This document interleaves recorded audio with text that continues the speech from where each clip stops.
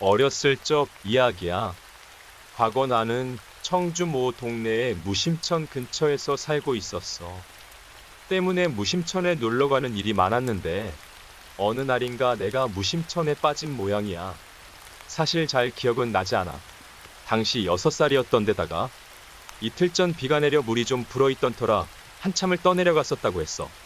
지나가던 어떤 누나가 구해주었다고 하는데 감사할 일이야. 다행히도 무심천은 물이 좀 많이 불어도 유속이 빠르지 않은 편이었고 또한 그나마도 많이 줄어든 터라 여자가 구할 정도는 되었던 모양이야. 거기에 떨어지면서 정신을 잃은 모양인지 물에 빠져 허우적거리지 않아서 차라리 물을 덜 먹었고 물에 떠내려가면서 어디에 부딪히지 않은 모양인지 상처도 없었어. 하여간 그 이후로 자주 이상한 꿈을 꾸었어. 칠흑 같은 어둠 속에서 새하얀 손들이 촉수처럼 길게 뻗어나와 내 몸을 붙잡는 꿈이었어. 하지만 악몽같이 느껴지지도 않았고 너무 오랜 시간 자주 꿈을 꾸어서 그런지 이상하다는 생각조차도 안 했어. 몇 년이 지나 부모님은 원래 청주에서 하던 일을 접고 상경하셨고 덕분에 나는 할머니와 같이 살아야 했어. 할머니는 집안의 막내였던 나를 매우 아끼셨고 나도 할머니가 좋았어. 그렇게 한동안 시골에서 살게 되었어. 국민학교에 입학하고 얼마 안 된 당시였는데 당시에 김영삼이 대통령이 되었던 것 같아. 그 즈음 시골은 가로등이랄 것도 없었고 시골에는 TV와 냉장고 한 대가 전부였는데 아직도 아궁이를 사용해서 난방을 하고 있었어. 그때 우리 집은 그다지 잘 사는 편이 아니었고 늘 아파서 골골거리는 나는 병원을 가도 차도가 없고 계속 몸이 나빠지자 요양차 시골에 내려가 살게 된 것이야. TV도 별로 볼 게 없고 딱히 밖에서 뛰어다닐 정도로 몸이 좋은 편도 아니라서 친척 형들이 사놓은 책을 읽거나 뒹굴거리다 자거나 뭐 그랬던 것 같아. 어느 날인가? 불 꺼진 아궁이에 불을 지피고 있었어. 딱히 할 일이 없어서 불장난을 했던 것 같아. 소여물로 사용하려고 커다랗게 쌓아놓은 집단에서 지푸라기를 뽑아 사람처럼 만들어서 옆에 잔뜩 쌓아놓고 화형식 비슷한 걸 하고 있었는데 그때부터 꽤나 잔인한 성격이었던 것 같아. 한참을 하나 태우고 나무에 불 붙여 태우고 그러면서 놀고 있는데 어두운 아궁이 안에서 익히 보던 무엇인가가 빠르게 기어나왔어. 그래, 꿈속에서 보던 그 촉수처럼 긴 하얀 손이었어. 하지만 꿈속의 그 흐릿한 촉수처럼 흐느적거리는 모습과는 다르게 길고 가느다란 손과 팔은 빠르게 튀어나와 내 앞에 흙을 쇠스랑처럼 콱 찍어 긁어냈어. 시커멓게 때가 낀 손톱이 바닥을 긁었어. 깜짝 놀라 엉덩방아를 찍고 무서워 움직이지도 못하고 멍하니 쳐다보던 나를 아쉬운 듯 손을 휘적거리며 잡아채려 했어. 자세가 낮고 키도 작았던지라 아궁이가 정면으로 보였는데 어두운 구석 먼발치에서 새빨간 눈이 보였어. 길고 가는 팔을 위협적으로 흔들던 그것은 처음에 빠르게 튀어나왔던 속도와 다르게 천천히 팔을 안으로 끌고 들어왔어. 그리고는 나지막히 중얼거렸어. 아가, 우리 이쁜 아가 이리 오렴. 그것은 마치 자신의 아이를 부르는 것 말투와 목소리였어. 하지만 새카만 어둠 속에 반만 보이는 그 얼굴. 그리고 말을 할 때마다 벌어진 입속으로 아궁이의 어둠보다 더 새카맣게 보이는 어둠은 나를 깜짝 놀라게 하기에는 충분했었어. 엄마한테 와야지. 어서. 그것은 두 팔을 내밀며 나를 불렀어. 그러자 나도 모르게 아궁이 근처로 천천히 몸이 기울었던 것 같아. 그때였어. 갑자기 내 앞에 뭔가 휘가고 내리쳐진 것은 어디 이 자것이 할머니였어. 할머니는 장작으로 쓰는 나무를 집어들고 나를 향하는 손을 계속 내리쳤어. 팔은 그런데도 불구하고 부러지지도 않고 계속 나를 향해 뻗어왔어. 이쁜 아가. 팔이 계속 휘적거리자 할머니는 내 손을 잡고 후다닥 부엌을 나가셨어. 그리고는 그대로 방으로 들어가셨는데 집의 벽에는 수많은 부적들이 붙어 있었어. 할머니가 무속신앙을 많이 믿으시는 분이었기 때문에 안방에는 노란 부적들이 잔뜩 붙어 있었는데 당신께서는 나를 안방에 넣으시고 방에서 절대 나오지 말라고 하셨어. 생각해보니 그것은 아궁이 깊은 곳에서 팔을 뻗어왔었어. 앞으로 더 와서 손을 뻗으면 나를 잡고도 남았을 텐데 더 앞으로 오지 못한 것은 아마 아궁이 위쪽 벽에 붙어있던 부적 때문이 아닌가 싶었어. 그 덕에 아궁이 속 그것은 벽에 부적을 기점으로 머리를 밖으로 내밀지 못했던 게 아닌가 싶어. 깜짝 놀라 방에 가만히 앉아서 벽만 바라보고 있는데 바닥에서 다시 나지막한 그것의 목소리가 들려왔어. 아가, 내 사랑스러운 아가. 우리 아가를 누가 데려갔니? 손톱으로 천천히 바닥 아래가 긁히는 소리가 들렸어. 참을 수 없을 정도로 무서웠지만 밖에 나갈 수조차 없었어. 얼마나 시간이 지났을까? 큰아버지 내외가 밭일에서 돌아오셨어. 하지만 문 밖에서 할머니가 지키고 계셨기 때문에 들어오시지 못하고 사랑방으로 가셔야 했어. 당시 할머니는 내게 한없이 인자하신 분이었지만 큰아버지들이나 형들, 누나들에게는 정말 무서우신 분이었고, 또한 큰아버지 형제분들이 모두 할머니 말씀이라면 꿈뻑 죽는 분들이었기 때문에 다음 날이 될 때까지 나는 그 빌어먹을 목소리와 손톱으로 바닥을 긁는 소리를 들으며 있어야 했어. 그러다 잠이 들었을까? 차가운 바람이 휙하니 들이닥쳤어.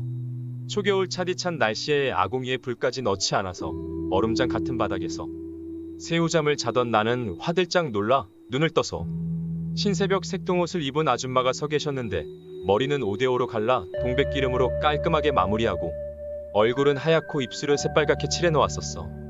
손에는 작두칼이 하나씩 들려 있었는데 버선발로 올라온 아줌마는 할머니보다 한참 어려 보였음에도 틱틱 반말을 내뱉었어. 저놈이냐? 예, 우리 막둥입니다. 꼭 좀 구해주세요. 예키, 이 여편네는 나이를 먹더니 눈에 백태가 낀 게야?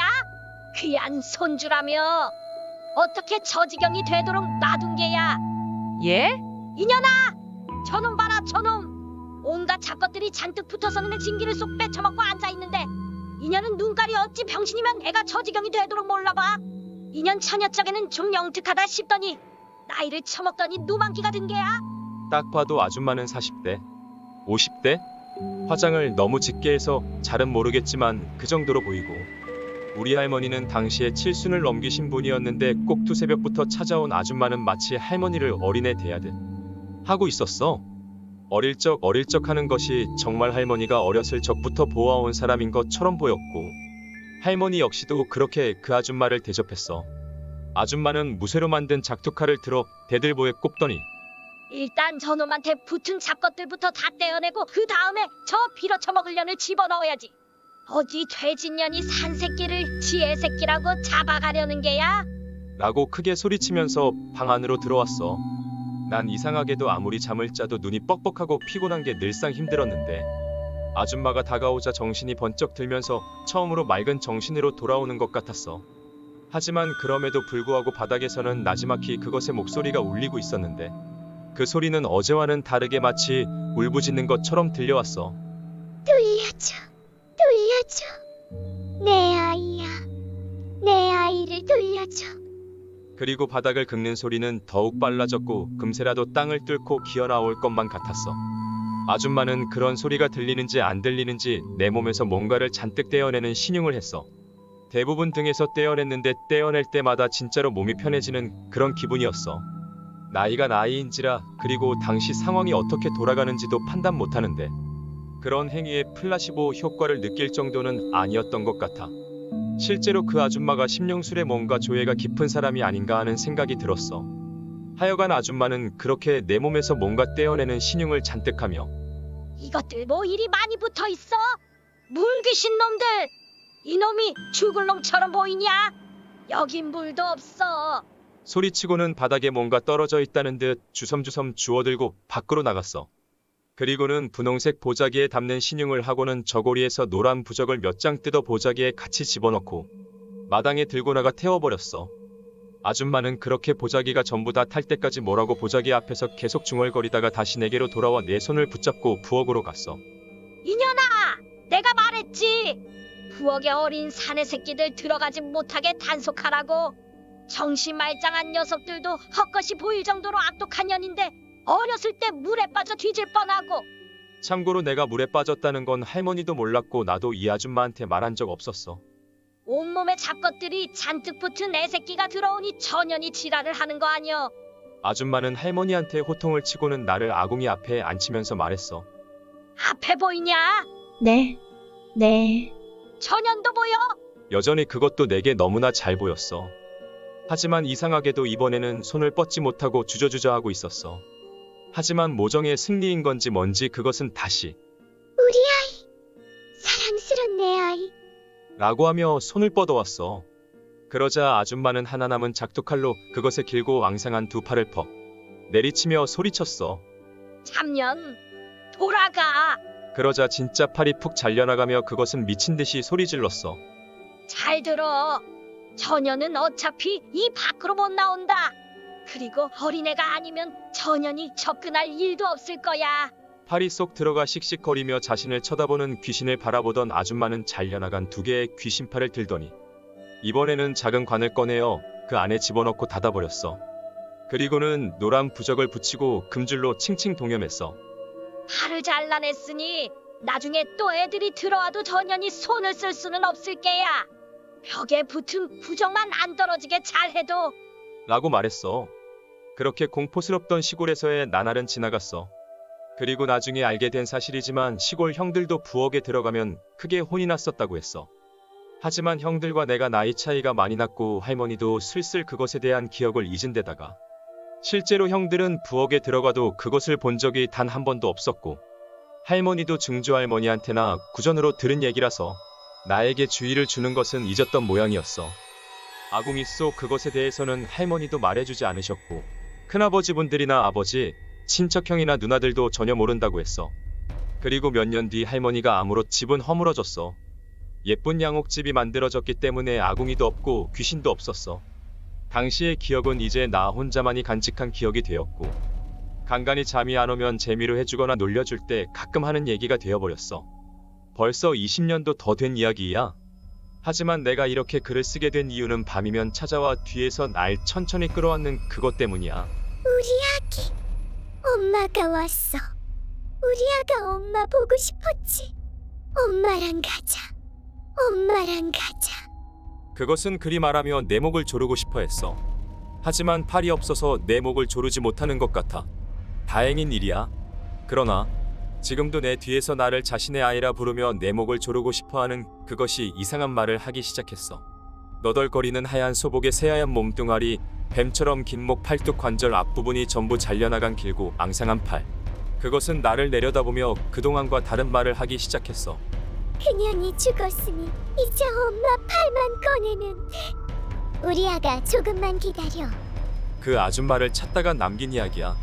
2013년 11월 3일에 돌아가신 무속인을 알고 있다면 꼭 제보 부탁해. 요즘 뒤에 그것의 말이 바뀌었어. 줄은 거의 다 풀었어. 이제 이 종이만 떼어내면 돼.